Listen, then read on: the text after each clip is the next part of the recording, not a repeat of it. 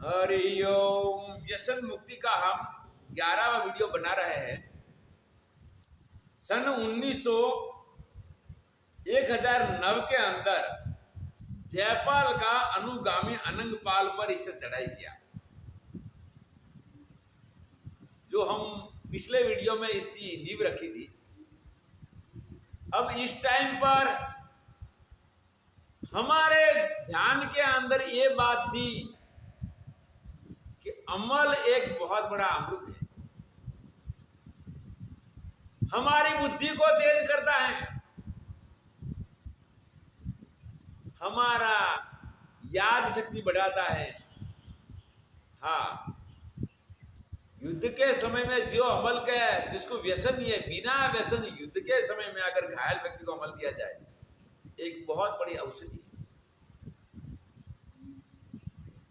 युद्ध से घायल व्यक्ति के पास अगर बांग नहीं होती, जब इसकी हड्डी जोड़ना हो या इसकी सिलाई करना हो, पहला एनास्थीसिया नहीं था, तब इसको शराब दी जाती थी। शराब दी जाती थी इसीलिए कि जब इसको वेदना न हो, वेदना कम हो, ये एनास्थीसिया का काम करती है। शराब भी वनस्पति का रस है। इस टाइम पर निंदनीय नहीं था, आपत्ति काल था। लेकिन अभी एनास्थीसिया है, अब कोई शराब का प्रयोग नहीं करना। तो ऐसे मौके पे ये औषधि थी। लेकिन जब व्यसन बनता है तो महान नुकसान होता है। और तीसरी बात यह है कि हमारे राज परिवार के अंदर लौकिक शिक्षा रही। राजकुमारों और सैनिकों को युद्ध की ट्रेनिंग दिया, पर काशी में जाकर कोई भी राजनीति शास्त्र, धर्मशास्त्र, राजकुमारों के लिए दो शास्त्र प्रधान थे, धर्मशास्त्र और राजनीति शास्त्र। दोनों शास्त्र का अभ्यास करते और व्यसन से बचते तो आज ये दशा नहीं होती। क्योंकि व्यसन ने न धर्मशास्त्र का अभ्यास करने दिया, न राजनीति शास्त्र का अभ्यास करने दिया। और अज्ञानता दूर करने के लिए अब मैं एक बेखदारी सन्यासी हूं और पुरातन काल के वर्तमान काल के सभी बेखदारी संतों को मेरा ओम नमो नारायण। संत को मेरा प्रार्थना है कि काशी पढ़ने के लिए जाओ। जो संत 45 साल की उम्र वाले हो गए तो भी सफलता बहुत मिल जाएगी। लेकिन छोटी उम्र के है, खुद नहीं पढ़े तो अपने चेले को, अपने शिष्यों को पढ़ने के लिए भेजो और 12 साल काशी पढ़ेंगे। समाज के अंदर बहुत उनकी इज्जत होगी और समाज का बहुत कल्याण होगा। क्योंकि एक बहुत बड़ा ताला है, छोटी सी चाबी से खुल जाता है।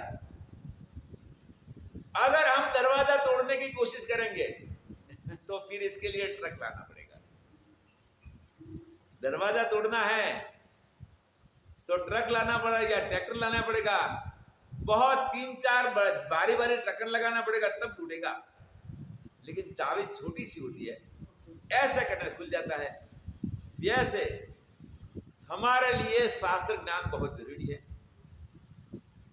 ये करके अभी क्या होता है कि अनंगपाल पर चढ़ाई हुआ तो अनंगपाल के समय में ये 6वीं बार है।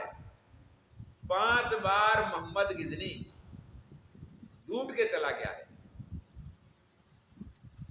तो अनंगपाल है, अनंगपाल के सहायता में दूसरे राजा भी आए कि भाई इसके बाद हमारी बारी भी होगी। लेकिन इसमें पराजय कैसे होता है आप सुनोगे तो आश्चर्य हो जाएगा। अनंगपाल के ऊपर जब आक्रमण करने की किया तो इसके अंदर उसको सहायता करने वाले राजा उज्जैन, ग्वालियर, कलिंजर, कनौज, दिल्ली, उसके सारे राजा आए और मदद करने लिए। और इसके बाद में फिर पंजाब हरियाणा के जाट, इस टाइम पर सभी सिख गुरु गोविंद सिंह जी ने महाराज ने जब सिंह नामा बाद में हुआ, जिसको अभी तक औरंगजेब के समय में, जिसको 500 साल पूरा नहीं हुआ है, 500 साल से भी कम। वो भी जाट थे, लेकिन यहां गुरु गोविंद सिंह ने सिख मत में सेना बनाने में सिंह नाम की रचना किया। अमृत पिला के सिंह नाम केवल जाटों के अंदर नहीं है, सभी तमाम हरिजन और जाट, मिस्त्री, नाई, सभी के पीछे सिंह नाम लगता है, और माताओं के नाम के पीछे कौर लगता है।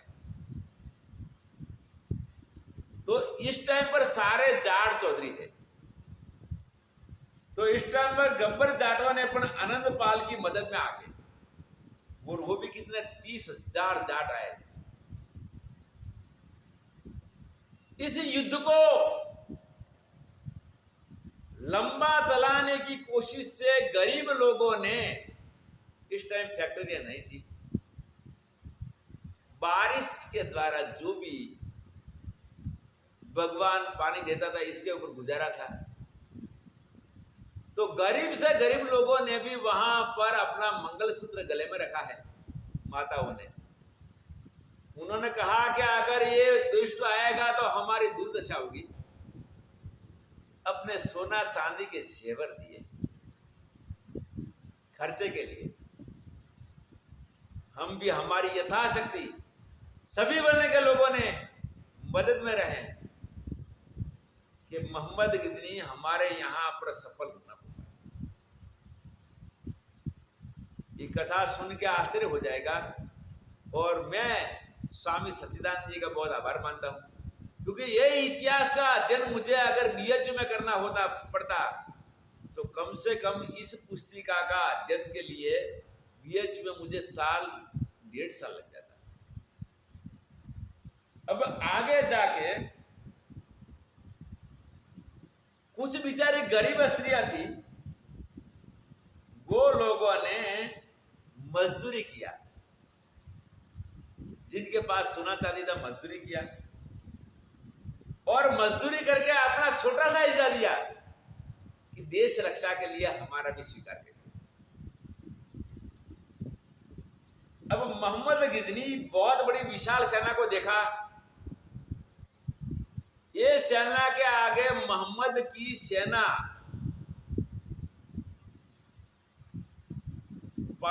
4 या 5वें हिस्से में होगी।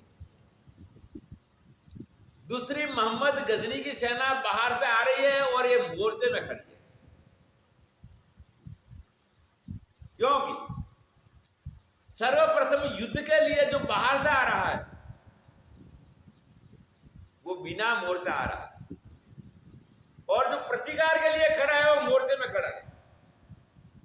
मोर्चा इसको कहते हैं कि जो अपने को आने वाला शस्त्र से जो रक्षा करे, जैसे पेड़ हो गया, पत्थर हो गया, घर हो गया, या कोई भी प्रकार से एक और थोड़ा सहायता लेके, अपने बचाव की सहायता लेके जब शस्त्र चलाता है, इसको कहते हैं मोर्चा।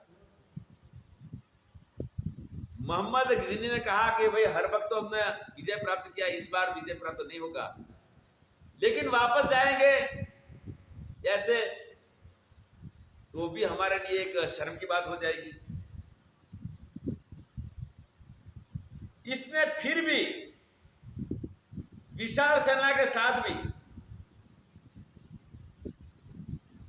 इसने कहा कि नहीं, अब तो युद्ध करना ही पड़ेगा। युद्ध शुरू करने के बाद में हमारे लिए एक राजनीति शास्त्र के अभाव से हमें क्या नुकसान हुआ है, ये आज बता रहा हूं। राजनीति शास्त्र के अंदर युद्ध को 3 प्रकार का बताया। प्रथम बताया आक्रमण। कोई भी जगह में हम युद्ध करने के लिए जाए तो प्रथम आक्रमण की बात। दूसरा युद्ध बताया प्रतिकार। जब कोई आक्रमण करता है तो हमने हमारे मोर्चे में रह के इसका प्रतिकार किया, सामना किया। और तीसरा युद्ध होता है आत्महत्या। आपको लगेगा कि आत्महत्या को युद्ध कैसे माना? आत्महत्या को युद्ध होता है? तो हाँ, मैं ऐतिहासिक प्रमाणों के साथ कहूंगा, आत्महत्या इसको कहा। माताएं तो वहां पर सारी बेटियों को, पुत्र वधुओं को लेकर जुहार किया, लेकिन पुरुषों के पास पूरे शस्त्र नहीं थे। सामने मुसलमानों की बड़ी बड़ी तोपें जब आ रही थी,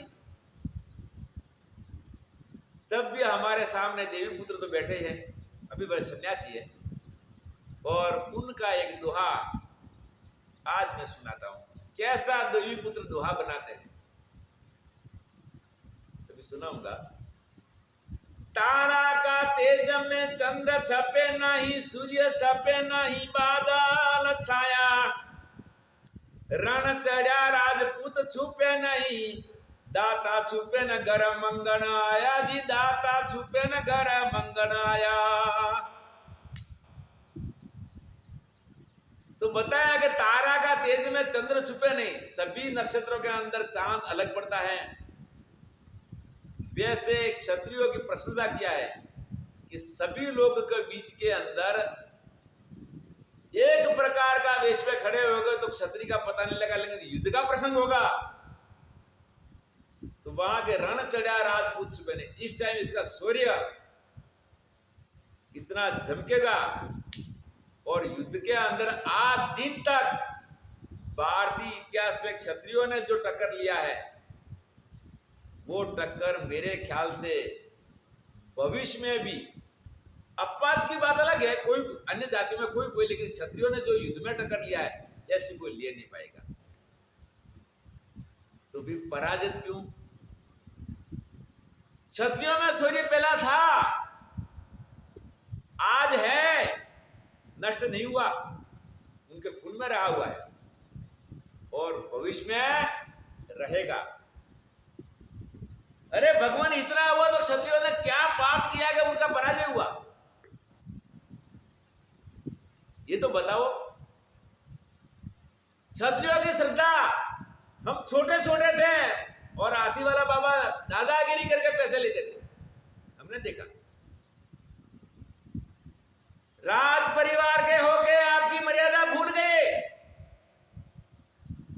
मर्यादा को नहीं समझते, ठिकरी लाओ, तो क्षत्रिय हाथ जोड़ के उनको पैसे देते थे। आज भी मैं जन्म से राजपूत परिवार का नहीं हूं और मिथ्या प्रशंसा नहीं करता हूं। आज भी 50 या 100 बेटियों के बीच में अगर राजपूत की एक बेटी होगी, इसकी लज्जा, मर्यादा और भाषा से अलग पड़ जाएगी कि राजपूत की बेटी है। और हां, दूसरा, देवी पुत्र चारणों की देवी बेटियां भी, और तीसरा नंबर पे संस्कारी ब्राह्मणों की बेटियां, जो विद्वान ब्राह्मणों की बेटियां हैं वो भी। अन्य ज्ञातियों के अंदर भी बेटियों को जहां जहां संस्कार मिला है, मैं अन्य जाति की निंदा नहीं करता हूं, जहां जहां जिन बेटियों को संस्कार मिला वो भी। तो क्षत्रियों का पराजय क्यों हुआ? किस पाप से हुआ? कोई पाप नहीं था, लेकिन प्रधान कारण अगर है तो तंगा जैसा मेरी जटियां रो, अमल मालवी बटियां रो। ये मेरे भगवान, इतना विनाश के बाद वर्तमान में छोड़ दीजिए। मैं हाथ जोड़ के आपको प्रशंसा विनती कर रहा हूं, और मेरे खुद के पूर्वाश्रम के परिवार के अंदर बहुत बेचारे अज्ञान पूर्वक पूरा जीवन जी नहीं पाए और बिना मौत पहले चले गए। कई जातियों के अंदर ये अमल इतना चला। अब हमारा प्रश्न मैं वर्णन करता हूं, आत्महत्या।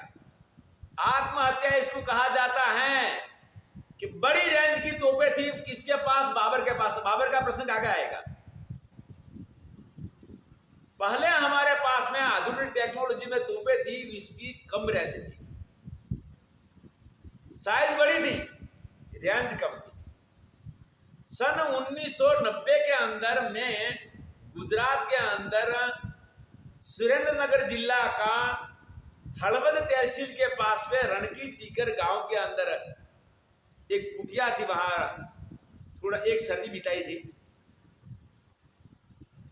तो वहां से आर्टिलरी, मतलब भारतीय थल सेना में तोप विभाग को आर्टिलरी कहते हैं, वो लोग तोपे लेके निकलते थे और वहां से घाटीला में फायरिंग कैंप था, क्योंकि तोपों का गोला बहुत दूर तक जाता था और इतना खुला मैदान केवल रण में मिलता था, वो छोटा रण माना जाता था।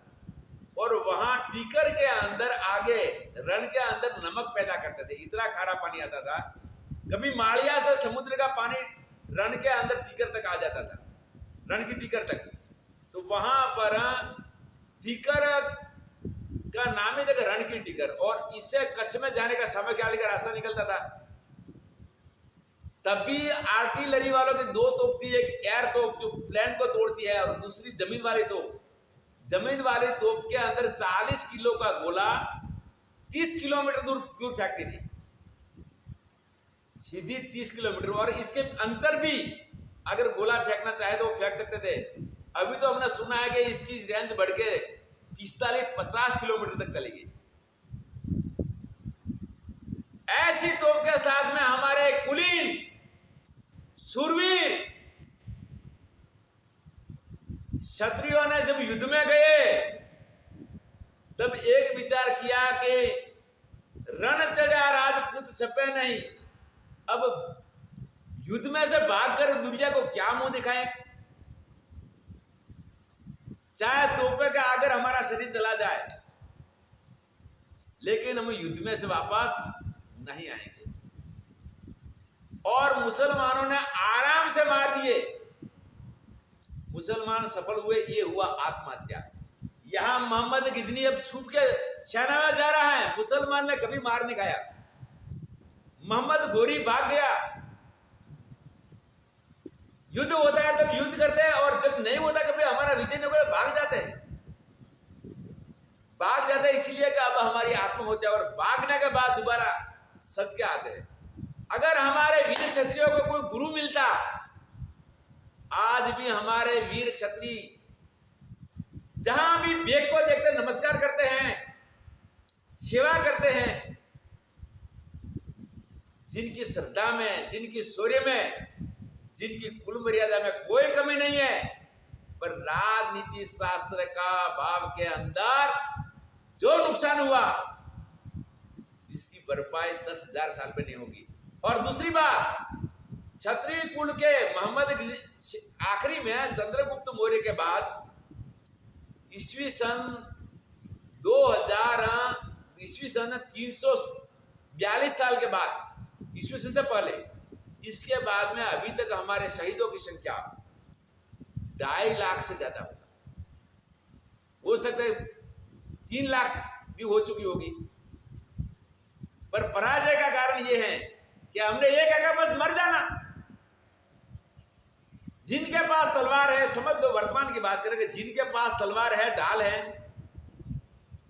अब वो युद्ध के लिए भागे और सामने से एमएमजी का 250 राउंड एक साथ छूटते हैं। जो मैं मिलिट्री में नहीं रहा हूं भाई, अगर आपको कहे कि स्वामी जी आप ये एमएमजी एलएमजी की बात करते तो क्या कोई मिलिट्री में थे? मुझे 10 साल तक पंजाब में रहा तो सिख रेजिमेंट वाले थे, उन्होंने मेरी सेवा किया और ये बताते थे वहां मोर्चे के अंदर एमएमजी के अंदर 250 राउंड, या हमारे शूरवीर ढाल तलवार लेकर युद्ध के लिए जाएंगे, वो मोर्चे में खड़ा है, खुले में है, क्या विजय हो पाएगी? ये हो गया आत्महत्या। बड़ी बड़ी तोपों के साथ में जब यहाँ सेना का संहार हो रहा है, फिर भी पीछे नहीं हटते, बस मर जाना। ये हुआ आत्महत्या। आत्महत्या किसी लिए? अज्ञान से। एक अज्ञान से, दूसरा व्यसन से, क्योंकि व्यसन तो कुछ आगे बढ़ने नहीं देता। जिनको हम जातिहीन कहते हैं, कौन? अंग्रेज, जिसमें एक ही जाति है, वो लोगों ने विश्व के 90% भाग पर राज किया। बिना मशीन वाली नाव, मशीन वाली बाद में निकली, और आज से 500 साल, 450-500 साल पहले से यहाँ हिंदुस्तान में आ गए। लेकिन हमारा तंग जैसलमेरी जटीरो अमल का व्यसनी व्यक्ति ने क्या बाहर जाके एक मुट्ठी भी नमक भी लाया है? क्या कुछ कर पाया है? अब आगे हम बात करते हैं युद्ध की।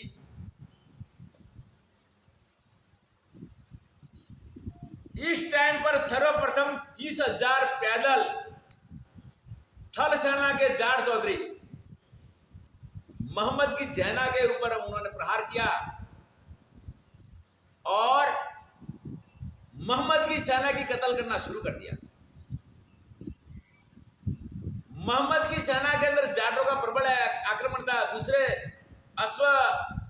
अश्वरोहण, दूसरे अश्व वाले थे, घोड़े सवार, हाथी वाले, सभी लोग पीछे थे। अब जाटों का इस प्रकार का शौर्य देख के मोहम्मद गजनी भाग गया। इसने इज्जत की परवाह नहीं किया। हाँ, जिंदा है तो फिर युद्ध करेंगे। अरे चले जाएंगे तो कोई ये मानेगा कि डरपोक हो गया, भाग गया। मोहम्मद गोरी 16 बार भागा है, लेकिन बिना मौत क्यों मरे? हमारा निशान तभी लगेगा कि जब हम आगे निशान के अंदर हमारा शत्रु मरेगा। इसका नाम युद्ध है। हम बिना कारण मर जाए, ये युद्ध नहीं, ये आत्महत्या है। हमारा एक भी वीर पुरुष इतिहास के अंदर युद्ध छोड़ के नहीं भागा है, ये हो गया आत्महत्या।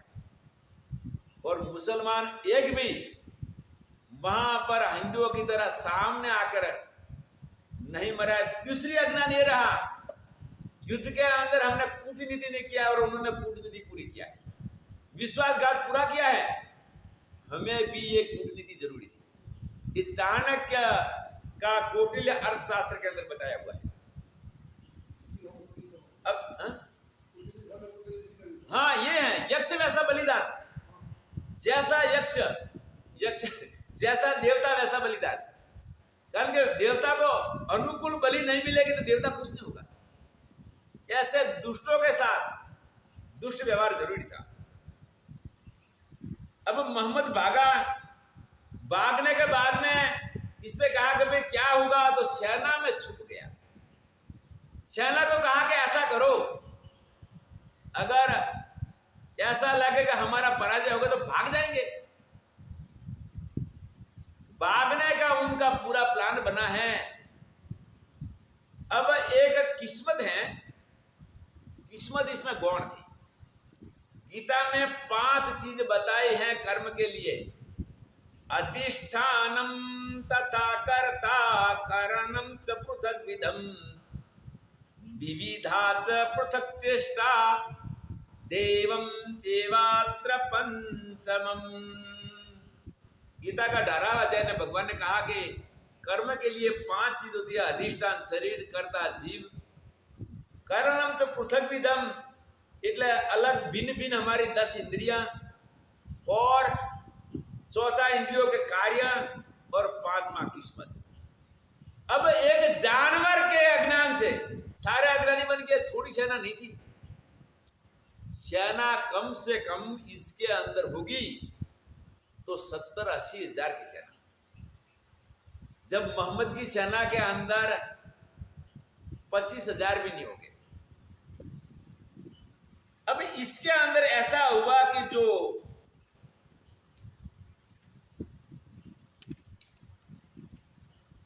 अनंगपाल राजा, अनंगपाल हाथी पर बैठ के युद्ध करते थे, और मुसलमान राजा ने कभी भी सामने आके युद्ध नहीं किया है, सबसे पीछे रहा है। पहली सेना बढ़ती थी। और हमारे वीर युवराज और राजा सबसे आगे चले गए। आगे चले गए, शहादत के बाद में सेना का शौर्य टूटा, वो फिर हमारा पराजय का कारण बना। अनंगपाल का हाथी को गुजराती में बोलता भड़का।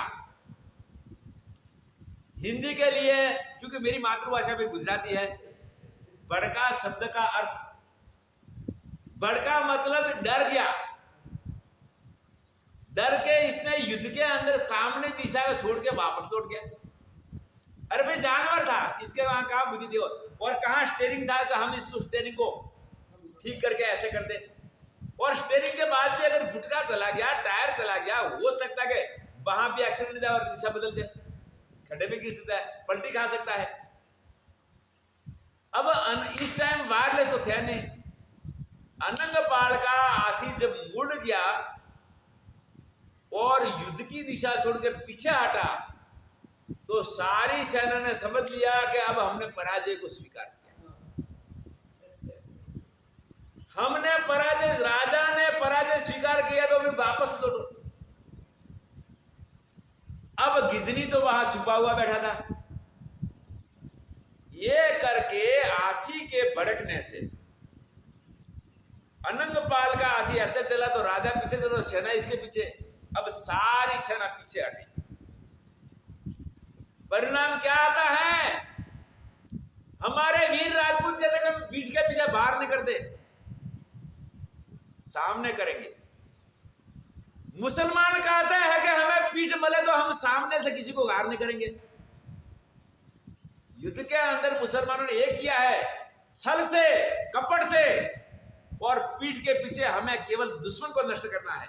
हमारा युद्ध का एक लक्ष्य है, न हमें कोई नीति चाहिए, न कोई प्रमाणिकता चाहिए, न कोई ईमान चाहिए, न कोई धर्म चाहिए।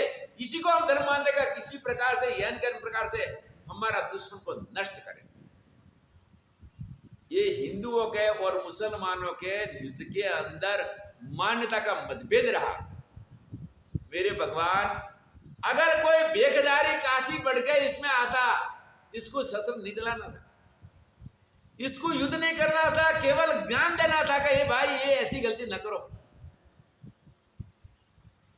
तो ये परिणाम नहीं होता। लेकिन जो हो गया हो गया, आगे क्या हो रहा है बता रहा हूं। अब सारी सेना ने विचार किया कि भाई अब पराजय को स्वीकार किया, भागो। भागने के बाद में मोहम्मद को इतना मौका मिला, इसने घोड़े सवार सेनापति अब्दुल्ला और दूसरे घोड़े सवार अरसलान, जामिल, 10,000 पैदल, 10,000 इसके पैदल सेना थी, थोड़े घोड़े सवार थे। टोटल यहां वर्णन के अंदर करीबन उनकी संख्या 14-15 हजार तक थी। हमारी संख्या कम से कम 80,000 तक थी।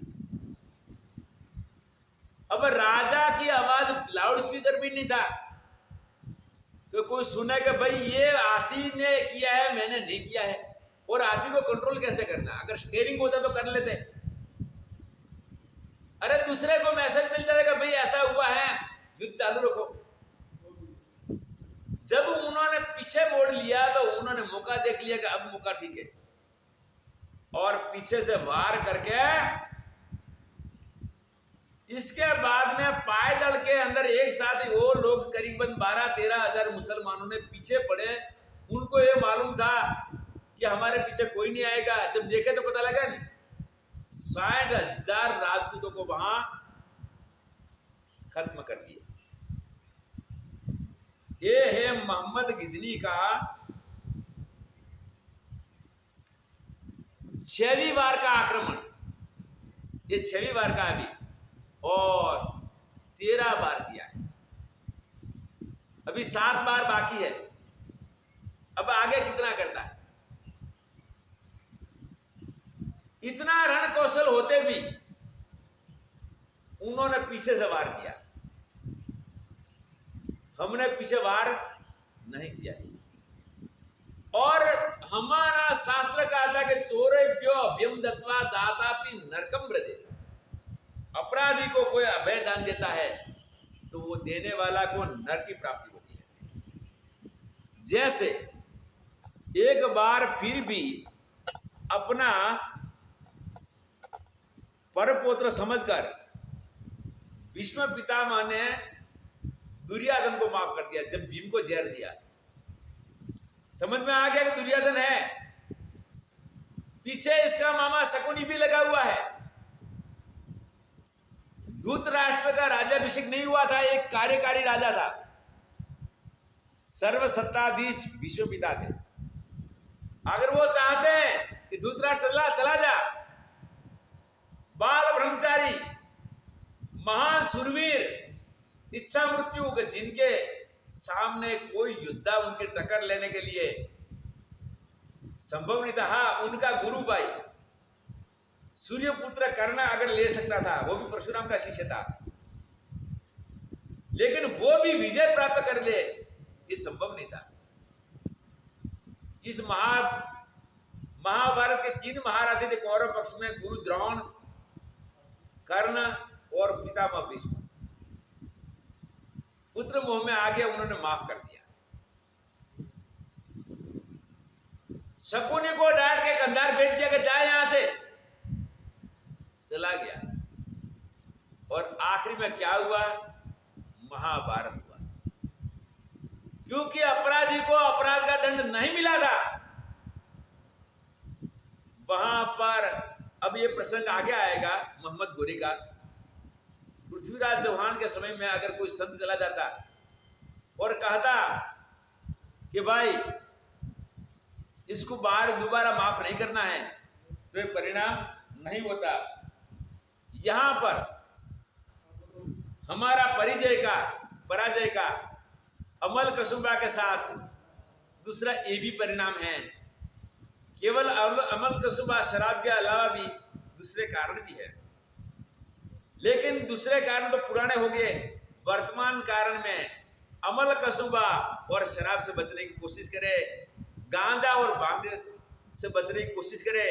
अब मोहम्मद गजनी की महिमा व्यसन मुक्ति के कार्य में हम आगे भी बढ़ाएंगे।